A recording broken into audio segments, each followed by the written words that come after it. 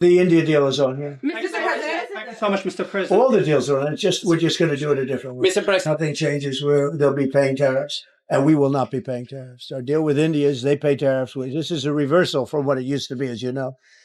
India, I think Prime Minister Modi is a great gentleman, a great man, actually. But he was much smarter than the people that he was against in terms of the United States. He was ripping us off in India. So we made a deal with India, and it's a fair deal now. And we are not paying tariffs to them, and they are paying tariffs. We did a little flip. In a landmark verdict, the United States, the Supreme Court has appended President Trump's signature economic policy. Hello and welcome to our special coverage.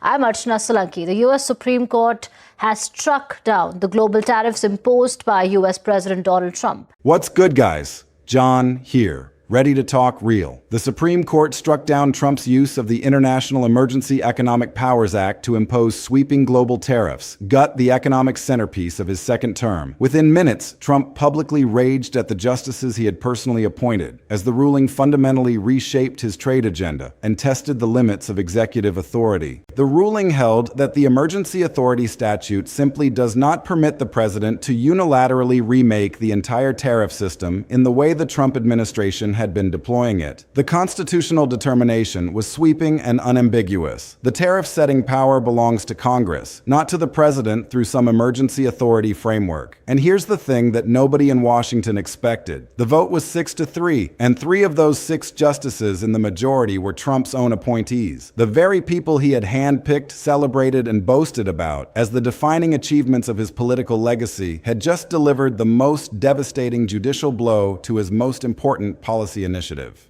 6 out of 9 Supreme Court judges, including Chief Justice Roberts, voted to scrap the tariffs. The court ruled U.S. International Economic Powers Act, an emergency law from 1970, does not authorize the president to impose tariffs on other nations. That power is only vested with the U.S. Congress. President Trump railed against the top court for the stinging rebuke and announced a new 10% global tariff. He also promised to work around the ruling and impose the duties. Trump lashed out at the Supreme Court, calling the 6 judges who ruled against tariffs as a disgrace to the nation. On the trade deals that were negotiated using IEEPA tariffs, Yeah. do those stand now, or are they have to be Well, redone? some of them stand. Many of them stand. Some of them won't, and they'll be replaced with the other tariffs. Well, we're going straight ahead with 10% straight across the board, which was the absolute right to do. And that's taking place. That's a lot of money coming into our country.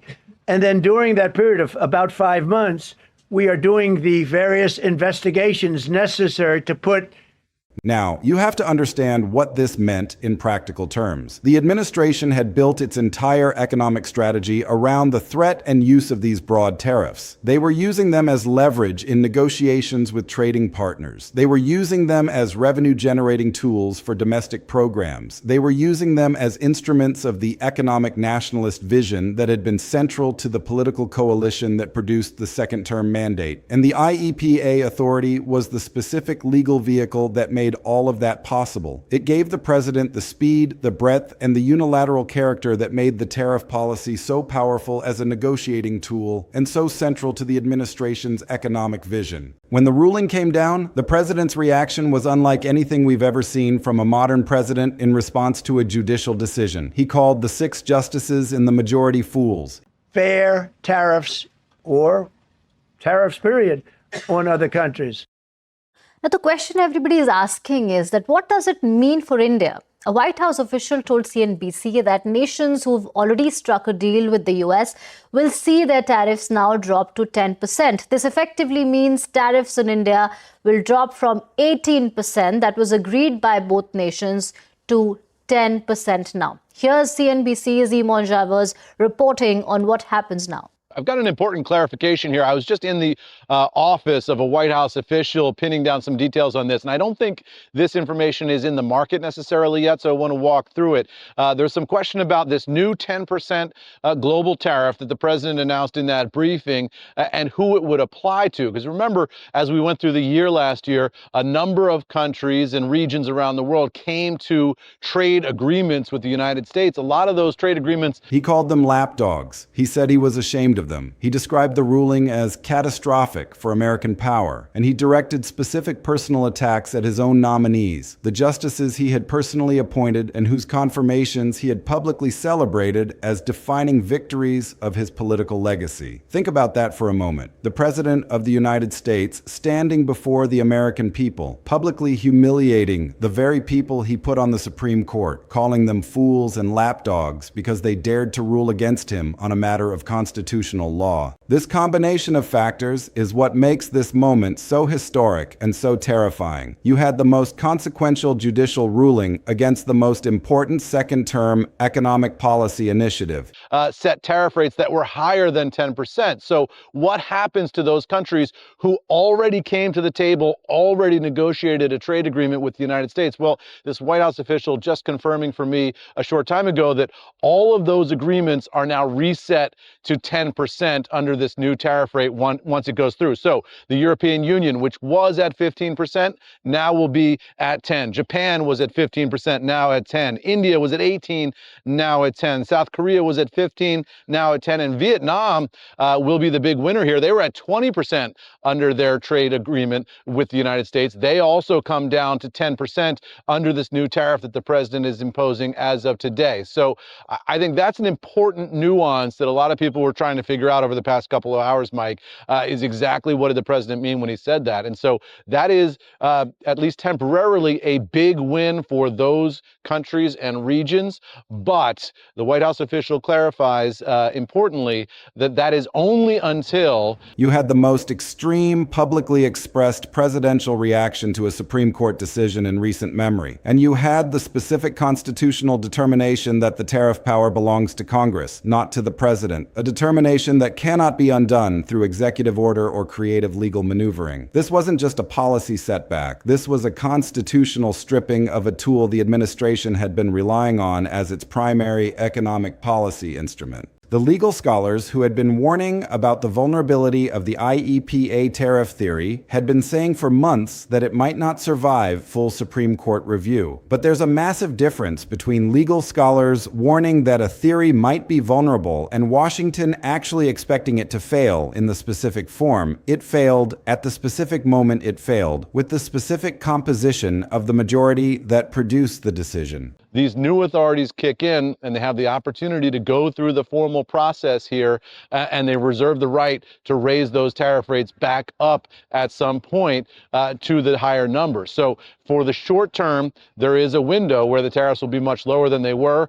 Ultimately, though, they could reset back to where they were under the agreement. Now, while the overall tariff rate for Indian goods has dropped to 10%, some sectors will continue to face higher tariffs. The Supreme Court ruling does not impact the tariffs imposed using Section 232, which concerns U.S. national security. So sectors like steel, aluminum and copper will continue to face 50% tariffs.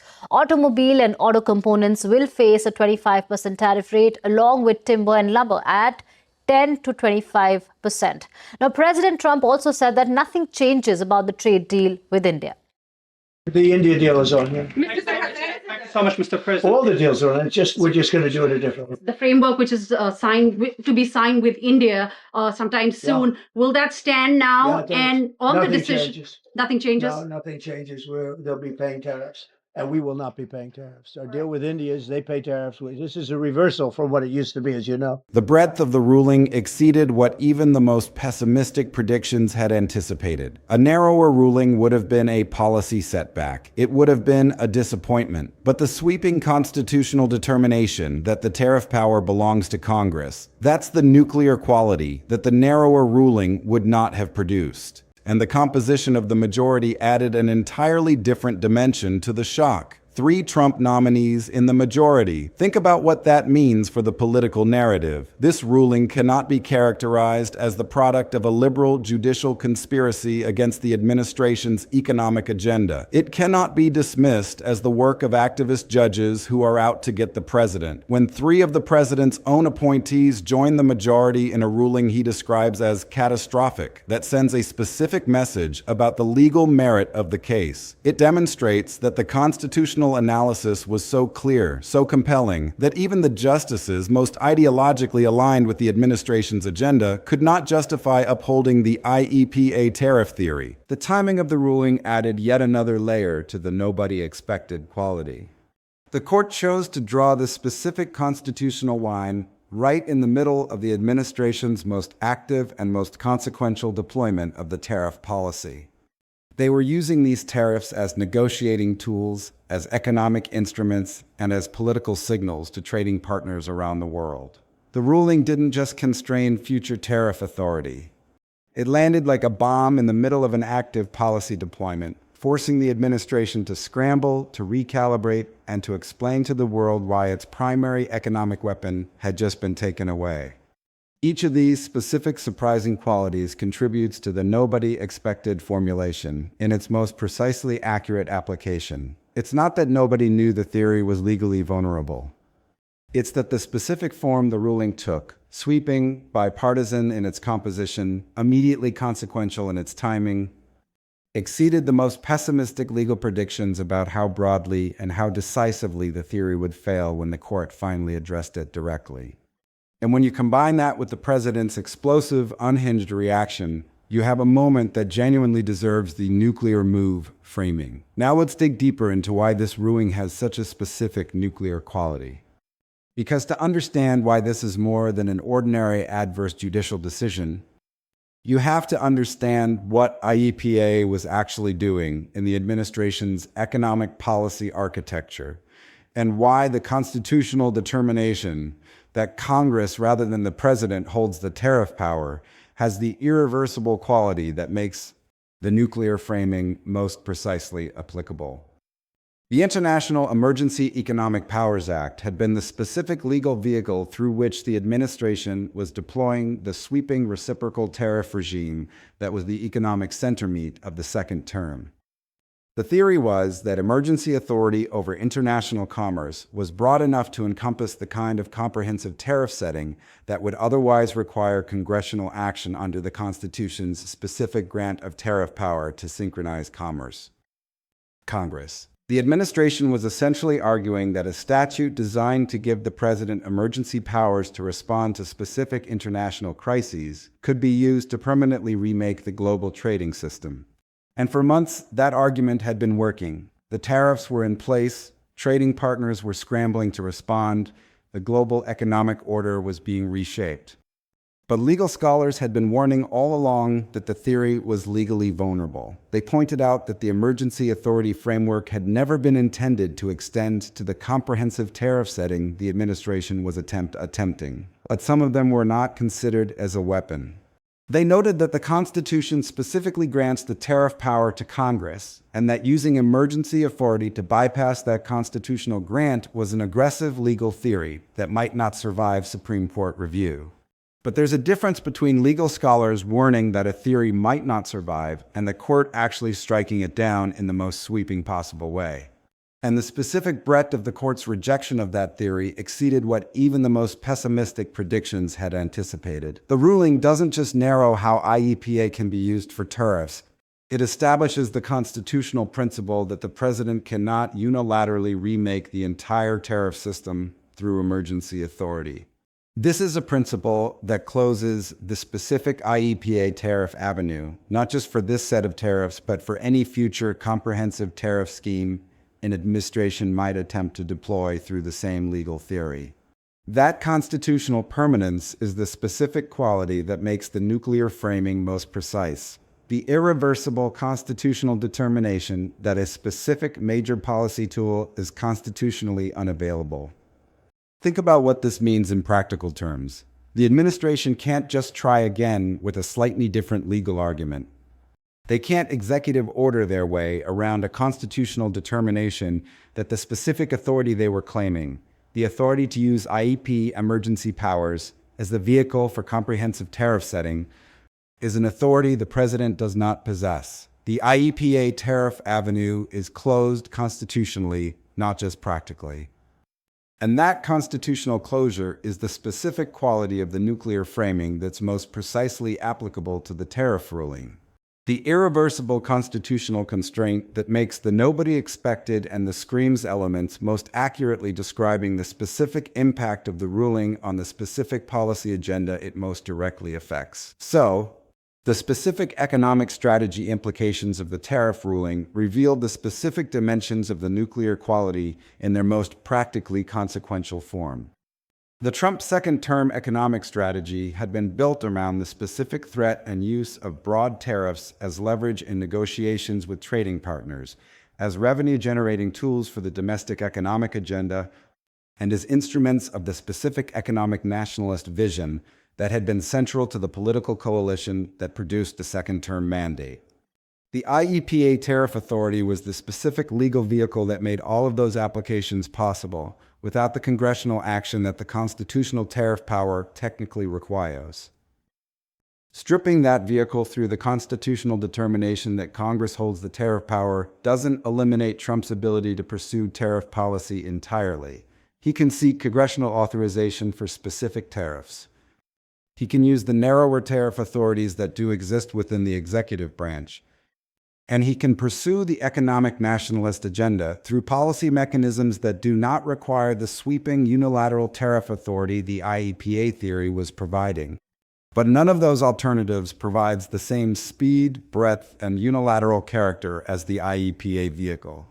And those specific qualities of speed, breadth, and unilateralism were precisely what made the IEPA tariff authority most valuable as a negotiating and economic tool.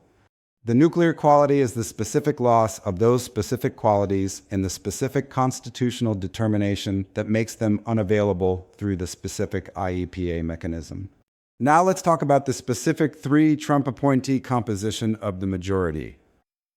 This is the specific quality of the tariff ruling that most directly establishes the nobody expected element in its most surprising and most politically significant form. Trump has consistently characterized the judiciary in terms that suggest the appointment of specific justices is the mechanism through which judicial outcomes are determined. The specific political theory that a Republican-appointed court should produce Republican-favorable outcomes on the most consequential policy questions. 3 of his nominees voting with the majority in the ruling he described as catastrophic, shameful, and the product of fools and lapdogs, directly and publicly contradicts that specific political theory in the most visible and most consequential possible way. The ruling demonstrates that the specific individual justices Trump appointed have made a specific professional and constitutional judgment that the IEPA tariff theory exceeded presidential authority. A judgment whose professional grounding in the specific constitutional analysis of the specific statutory and constitutional text leads them to a specific conclusion that contradicts the political expectations of the appointing president. That specific demonstration, 3 Trump nominees reaching a constitutional conclusion that Trump describes as catastrophic, is the nobody expected quality in its most politically significant and most constitutionally revealing application. And we have to look at the specific mixed landscape of the court's overall relationship to Trump's agenda to understand the full picture. The immunity ruling in Trump v. United States gave Trump broad protection for core official acts. That was a nuclear move in the direction of expanding presidential protection from criminal accountability. The agency independence cases have been signaling support for expanding presidential control over the regulatory state, moves in the direction of increasing rather than limiting executive authority. The tariff ruling is the specific ruling where the court drew a specific constitutional line that most directly constrained the specific presidential authority the administration had been most aggressively deploying. Understanding that mixed landscape, the specific areas where the court has expanded Trump's authority, and the specific area where the tariff ruling has most directly constrained it, is essential for understanding why the nuclear move nobody expected framing is most accurately applied to the tariff ruling's specific constitutional determination, rather than to any broader pattern of the court systematically dismantling the Ford administration's agenda. The court is not pulling a nuclear move against the entire Trump agenda. It is drawing specific constitutional lines at specific points where the administration's claims have exceeded what the constitutional text and the court's interpretive framework can support. The tariff ruling is the specific case where the specific claim, IEPE emergency authority as a vehicle for comprehensive tariff setting, exceeded that specific constitutional line most clearly. And the nuclear quality of the ruling is the specific constitutional impact at that specific line. The irreversible constitutional constraint on the specific policy tool whose loss is most consequential for the specific second-term agenda it was most centrally serving. Now we need to examine the broader pattern of judicial constraints that have been contributing to the nuclear move narrative alongside the tariff ruling. The lower court rulings have been accumulating, and each one adds to the specific accumulated picture of a presidency whose most aggressive unilateral policy initiatives are encountering specific legal walls in multiple domains simultaneously. There's the sanctuary city runaround warning, the funding blocking orders, the gag order proceedings in the criminal cases, the birthright citizenship case with its skeptical questioning from the bench. Each of these creates the broader judicial context within which the tariff ruling has its most dramatically amplified impact. And that broader context most directly explains why the nuclear nobody-expected framing captures something real about the accumulated judicial environment rather than just a single isolated ruling. Each additional lower court constraint adds to the specific accumulated picture of a presidency whose most aggressive unilateral policy initiatives are encountering specific legal walls in multiple domains simultaneously. The economic domain in the tariff ruling, the funding authority domain in the sanctuary city injunction, the specific fund creation domain in the funding blocking, and the immigration authority domain in the birthright citizenship case. The nuclear quality of the tariff ruling as a standalone ruling is significant in the specific constitutional terms the ruling's holding most directly establishes. But the nuclear quality of the tariff ruling as the most consequential single element in a cluster of significant adverse judicial decisions across multiple policy domains simultaneously is even more dramatically significant. The specific accumulated policy impact reflects a specific pattern of comprehensive judicial constraint that the nuclear move collapsing the Trump administration framing is most accurately reaching toward in its most dramatically compressed form. Understanding the tariff ruling in its specific context as the most constitutionally significant element of a broader judicial constraint pattern rather than as an isolated policy defeat is the specific analytical frame that gives the nuclear nobody expected frame its most accurate and most consequentially complete application to the documented judicial landscape of the second term. The rulings are accumulating, the constitutional lines are being drawn. And the nuclear quality of the tariff ruling is amplified by the broader pattern of simultaneous constraint that its specific context provides. The specific comparison between the tariff ruling's constitutional determination and the other rulings in the court's mixed landscape reveals the specific legal principle that the tariff ruling most precisely establishes. The principle that emergency authority has specific limits that do not encompass the comprehensive remaking of major policy domains that would otherwise require congressional action. That principle is nuclear, in the sense that it establishes a constitutional constraint on the emergency authority framework that applies not just to tariffs, but to every future emergency authority claim that attempts to accomplish what would otherwise require congressional action. The court is drawing a constitutional line between emergency authority as it was designed, the specific responses to specific emergencies through specific measures, and emergency authority as the Trump administration was attempting to deploy it, the comprehensive remaking of the tariff system as a permanent feature of economic policy rather than a specific emergency response. That constitutional distinction is the nuclear quality in its most constitutionally enduring form. The specific line drawn that will shape every future administration's emergency authority claims and every future legal challenge. Now let's talk about what the full picture of the tariff ruling means for the accountability story and what honest engagement with the nuclear nobody. Expected screens framing helps audiences understand. We will fight. The first thing to understand is that the nuclear quality is real and specifically grounded in the tariff ruling's constitutional prominence.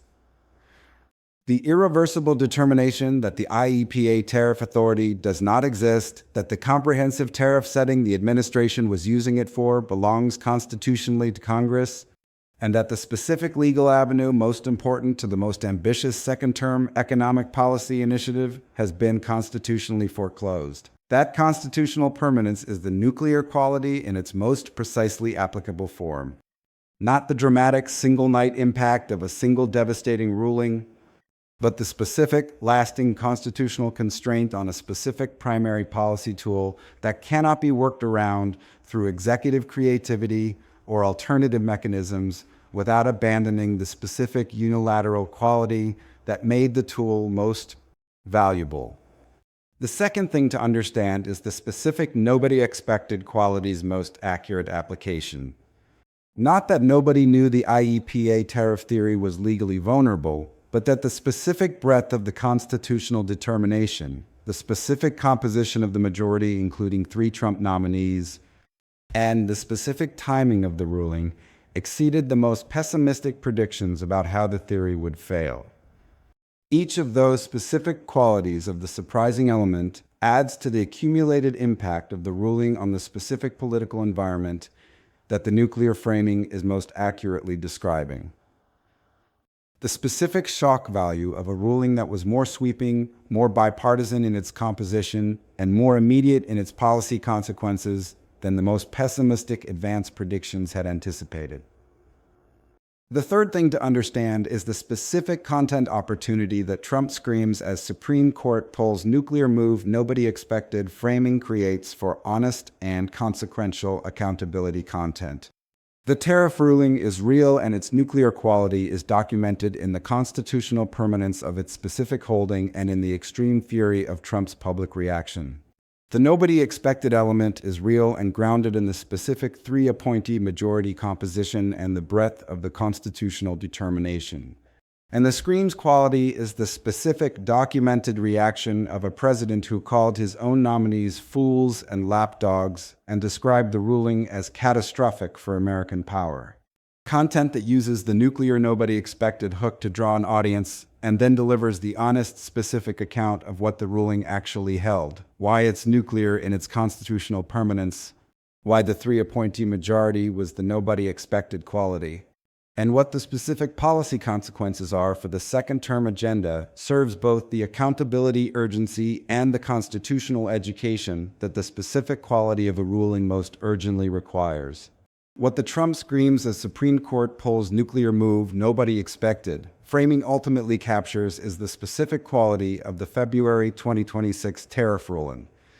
The constitutional determination that the IEPA emergency authority does not extend to the comprehensive tariff setting the administration was using it for, reached by a 6-3 majority including 3 Trump appointees, described by Trump himself in the most extreme public language he has ever directed at a Supreme Court ruling, and having the specific constitutional permanence that forecloses the specific primary economic policy tool of the second term in ways that cannot be worked around through executive mechanism. That is the nuclear quality. That is the nobody expected quality. And the screams are documented publicly, specifically in the most personally targeted language Trump has applied to any judicial decision. The ruling is as consequential as the framing suggests. Its specific constitutional mechanism makes it more durably impactful than any single night's drama. And its impact on the specific policy agenda it most directly foreclosed is as alarming as any nuclear framing can describe. The ruling is constitutional and therefore permanent. The nobody expected quality is documented in the breadth, the composition, and the timing. The screams are public, specific, and directed at his own nominees. And the nuclear quality of the specific constraint on the specific primary policy tool is as consequential for the second-term agenda as any framing of it can describe. Delivered not through the drama of a single explosive moment, but through the specific constitutional permanence of a ruling that cannot be executive ordered away, appealed around, or ignored, without the specific legal consequences that contempt and enforcement powers impose on a presidency that tries to run from what the court has decided.